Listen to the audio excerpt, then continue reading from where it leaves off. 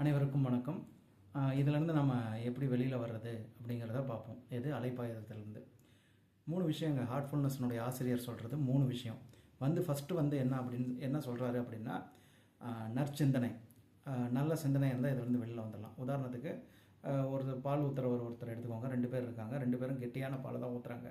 ஆனால் ஒருத்தர் மற்றவங்க திட்டுவாங்களேன்னு பயந்துக்கின்னு கெட்டியான பால் ஊற்றுறாரு. இன்னொருத்தர் மற்றவங்களுக்கு நல்ல பால் தான் கொடுக்கணுங்கிற எண்ணத்தில் ஊற்றுறாரு. அப்படி இருக்கிற சூழ்நிலையில் முதல்ல இருக்கிற ஆளுக்கு அலைபாயக்கூடிய நிலைமை வரும். ஆனால் இந்த ரெண்டாவது இருக்கக்கூடிய நபருக்கு எப்பயுமே அலைபாயக்கூடிய நிலைமை வராது. அதனால் நற்சிந்தனை இருக்கணும்.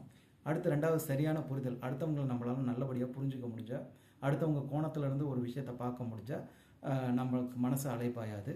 மூணாவது விஷயம் என்ன சொல்கிறாங்கன்னா, நேர்மறை அணுகுமுறை. வாழ்க்கையில் நேர்மறை அணுகுமுறை இருந்தாலும் மனசு அலைபாயுதுங்கிறாங்க.